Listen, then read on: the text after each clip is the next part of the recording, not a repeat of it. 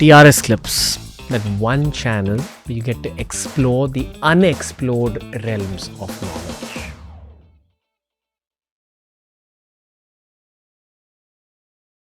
History मेरा एक favourite topic है. चंगेज़ खान के बारे में बहुत कुछ पता चला है. मैं उनको बहुत मानता हूँ, उनके स्ट्रैटेजीज़ को. डेफिनेटली उनकी वजह से दुनिया भर में युद्ध हुए हैं, मौत हुई है दुनिया भर में, पर जो उन्होंने एज अ वॉरियर, योद्धा के तौर पर जो उन्होंने अचीव किया है लाइफ में, बहुत क्रेजी चीज़ है. 2 सवाल है. पहला सवाल ये है कि क्या चंगेज़ खान को वहाँ सेलिब्रेट किया जाता है मंगोलिया में आज भी?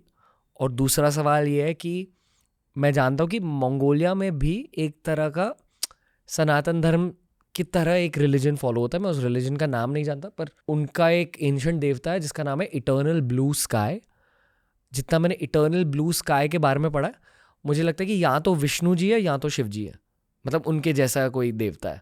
और चंगेज़ खान की पूरी आर्मी उस देवता को पूछती थी युद्ध में जाने से पहले. मंगोलिया के बारे में बताइए, क्योंकि भारत और मंगोलिया के बीच एंशिएंट लिंक्स है. कहा जाता था कि मंगोलिया से लोग आते थे यहाँ से लोग जाते थे मंगोलिया, और हमारे दोस्त है, पर बिछड़े हुए भाई की तरह. अब देखिए, पहला क्वेश्चन आता है चंगेज़ खान का ना, तो लोग पूछते हैं, अभी भी पूछते हैं. अच्छी रिस्पेक्ट है उनकी बहुत ज़्यादा. हर जगह आपको रेलवे स्टेशन, एयरपोर्ट सब चंगेज़ खान के नाम पे है. अच्छा. हाँ, और इसके पीछे जो खान लगा हुआ है ना, ये खान वो खान नहीं है जो मुस्लिम वाला खान है. मोस्ट इम्पोर्टेंट चीज़, बहुत सारे लोग जो है ये सोचते हैं कि वो खान था तो वो मुस्लिम था. ऐसा नहीं था. कहा जाता है कि टर्क्स ने खान नाम अपनाया, हाँ, इनकी महानता की वजह से. हाँ, खान एक मंगोलियन नाम है, खान का मतलब है उपाधि थी वो एक तरह से उनको. मतलब राजाओं का राजा. हाँ, राजाओं का राजा.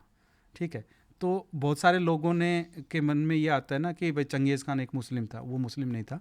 आपने कहा कि उनका एक धर्म था. हाँ, वो उनका धर्म था, उसका नाम मुझे याद नहीं आ रहा, मैं भी बता. हाँ, और वो अपनी तरह पूजा पाठ करते थे. इतना नहीं करते थे पर करते थे, कहीं भी वॉर में जाने से पहले करते थे. अब रही चंगेज़ खान के मेंटल स्टेटस की कि उसने ऐसा क्यों किया. 2 चीज़ें होती है. एक होता है कि उसने अपने छोटे जीवन में बहुत सारी प्रॉब्लम्स देखी थी, वो एक रीज़न रहा. उसके भाई ने उसको धोखा दिया, काफ़ी है, वो तो आपने पूरी हिस्ट्री जी पढ़ी जी होगी. जी जी जी. इसके अलावा भय निकल गया था उसको.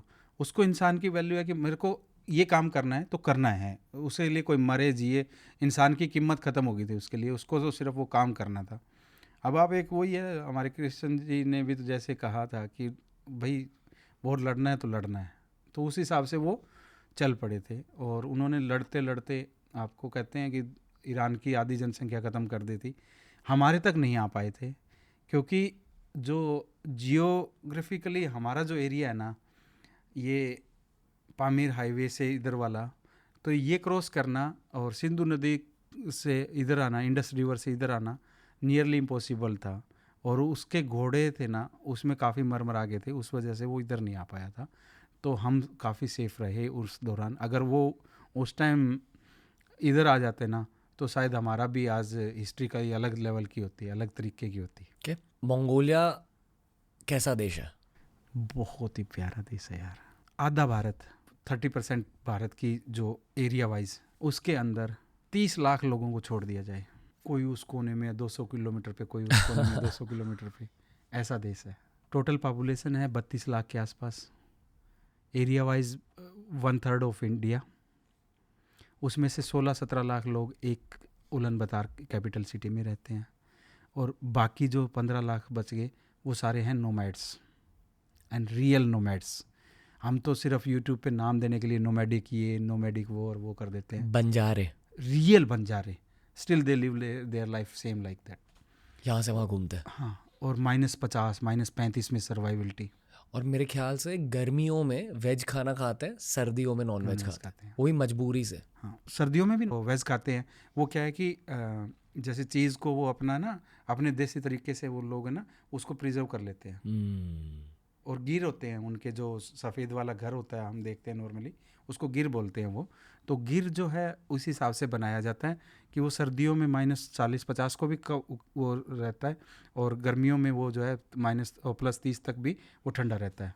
और जो शहर में रह रहे हैं उनसे अमीर नोमैड हैं। शहर में आके दिहाड़ी कर रहे हो आप, ठीक है, कमा रहे हो, आपके पास गाड़ी घोड़ा सब कुछ है, पर जो गिर में रहता है, जो नोमैड है, उसके पास में 100 बकरियाँ 100 घोड़े हैं, ठीक है, तो 100 एक बकरी एक मतलब $500 की लगा लो, $400 की लगा लो, 30-40 हज़ार रुपये की बड़ी, क्योंकि वहाँ की बकरी की ऊन वगैरह काफ़ी बिकती है। तो घोड़े हैं 100 घोड़े हैं, तो वो तो करोड़पति हैं। शहर वालों तो अपना एक फ्लैट में बैठा होगा। पर जो वहाँ के शहर में रहते हैं वो बेसिकली एक ज़माने में नोमैड्स ही थे जो शहर में हाँ, आ गए। अभी क्या है कि वहाँ पे नोमैड्स के साथ में एक अच्छी चीज़ पता है गवर्नमेंट ने बहुत अच्छी कर रखी है। आपका बच्चा जो है बोर्डिंग स्कूल में रहेगा, आप कहीं रहो, सारे नोमैड्स। ताकि ये लोग एजुकेशन तो ले लें हाँ और फिर वापस लौट सकते हैं हाँ, वापस स्कूलिंग आते के हैं बाद। स्कूलिंग के बाद में, वो सब लोग नोमैड हो जाते हैं फिर। पर दुनिया के बारे में जानकर, हाँ, वाह, क्योंकि वो नोमैडिक कल्चर कंटिन्यू करना चाहते हैं, कंटिन्यू करना, पर एजुकेशन भी, वाह। अमीर देश है, गरीब भी नहीं है, मीडियम, हमारी तरह, हमसे बेटर, हमसे बेटर है। okay? कई मायनों में। कैसे? एक तो एरिया नहीं है ना, एरिया ना, पॉपुलेशन नहीं है ना, एक तो पॉपुलेशन नहीं है, उस वजह से काफ़ी कुछ उन लोगों को फ़ायदा मिलता है। एरिया ज़्यादा है तो कहीं भी कुछ करो।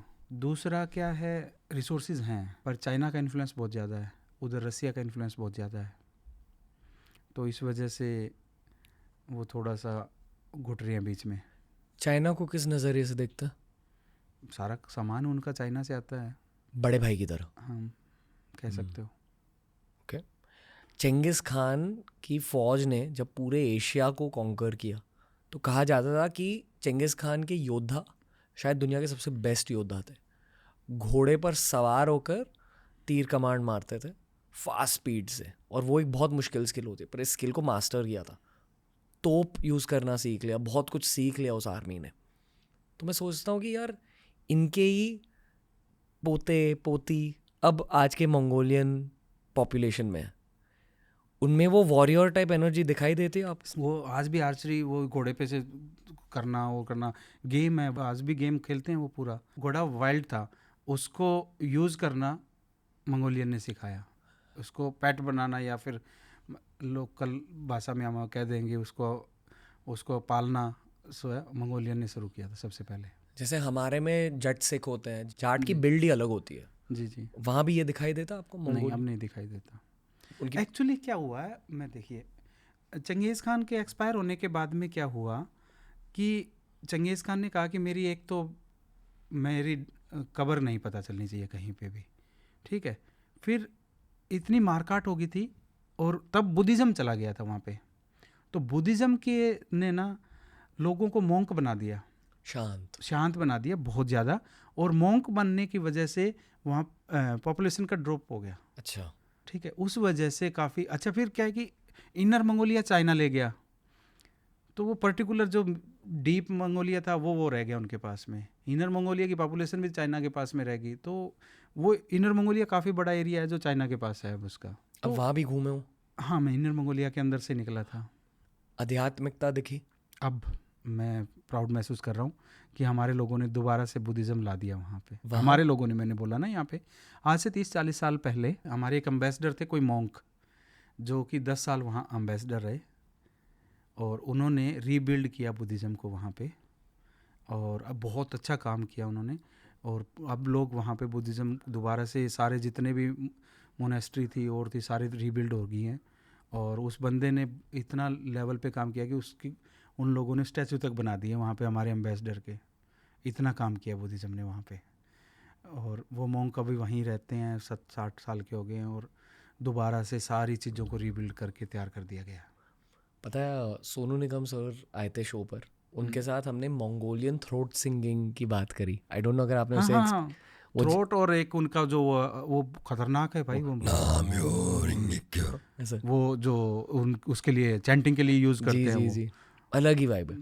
मतलब जिस तरह से इंस्ट्रूमेंट्स होते हैं म्यूजिकल, वो थ्रोट थ्रोट से निकालते हैं, एक अलग सी इतनी उनकी वो भी रहती है, बीन रहती है जी, उससे जो साउंड निकालते हैं खतरनाक।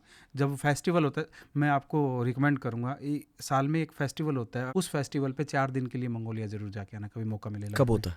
अभी जुलाई में होता है हर साल। वो फेस्टिवल का टाइम होता है वहाँ पे, 3 दिन वो फेस्टिवल चलता है। आपको मंगोलियन कल्चर, ड्रेसेस, सारा कुछ वहाँ को देखने को मिलेगा। बुद्धिज़्म, और फिर वहाँ के आसपास जो वो है ना मोनेस्ट्रीज़ हैं उनमें विजिट करोगे तो यू फील, गिर में रात को रुक के देखना कि कैसे आवाज़ें आती हैं हवा की, वो भी एक म्यूज़िक देती है। प्लेन्स है ना? हाँ, लाइक बिल्कुल प्लेन नहीं है, ऐसे है थोड़ा थोड़ा थोड़ा। वाह। ओके। वैलीज़ हैं, आप जो ही ये जो उलन बतार कैपिटल सिटी है ये प्योर वैली में है, वैली है, उधर से चारों तरफ से इसके 100 500 मीटर ऊंचा है, चारों तरफ पहाड़ है, उसके वो बीच में वैली बना हुआ है। जैसे हमारा श्रीनगर वैली में नहीं है, ऐसा है। उस देश की एनर्जी कैसी है? पॉजिटिव है, पॉजिटिव वाइब। लोग और भी ज़्यादा पॉजिटिव है, ज़बरदस्त रिस्पेक्ट, इंडियंस को बहुत ज़्यादा प्यार करते हैं। और अच्छी बात क्या है कि इंडियंस भी वहाँ पे एज ए टीचर्स बहुत गए हुए हैं लोग। अच्छा। उसकी वजह से और ज़्यादा रिस्पेक्ट बढ़ती है। हमारे काफ़ी प्रोफेसर्स लेक्चरर्स काफ़ी गए हुए हैं, इंग्लिश के टीचर हैं, तो वो उस वजह से और भी ज़्यादा। आपने इतना कुछ देखा अपनी ज़िंदगी में, पर अफ्रीका स्पेसिफिकली मेरे ख्याल से आपने ऑलमोस्ट पूरा अफ्रीका देख लिया है। पूरा तो नहीं कह सकते, पर मतलब 80% से ज़्यादा देख लिया मैंने। I just enter from Egypt, तो Egypt, Sudan, Ethiopia, South Sudan, Uganda, Rwanda, Burundi, Kenya, Tanzania, Malawi, Zambia, Zimbabwe, Mozambique, Swazi, Lesotho, South Africa, Botswana, Namibia, Angola, DRC, RC, Gabon, Togo, Benin, Ghana, then all the way to Morocco. बचा क्या है? अभी बीच के 2-4 country like ये Burkina Faso हो गया, माली हो गया, उधर से मेडागास्कर हो गया, बीच में 1-2 सेंट्रल अफ्रीका का पार्ट रह गया। वो एक्चुअली वॉर जोन चल रहा था उस टाइम, तो दैट्स वाई मैंने उसको अभी बाद में छोड़ दिया। तो ये अफ्रीका का छोटा सा रूट मैप था। Thanks for watching TRS clips. Make sure to explore the channel, ऐसे ही बहुत सारे क्लिप्स अपलोड करें। You will keep working out your brain as you keep exploring the channel.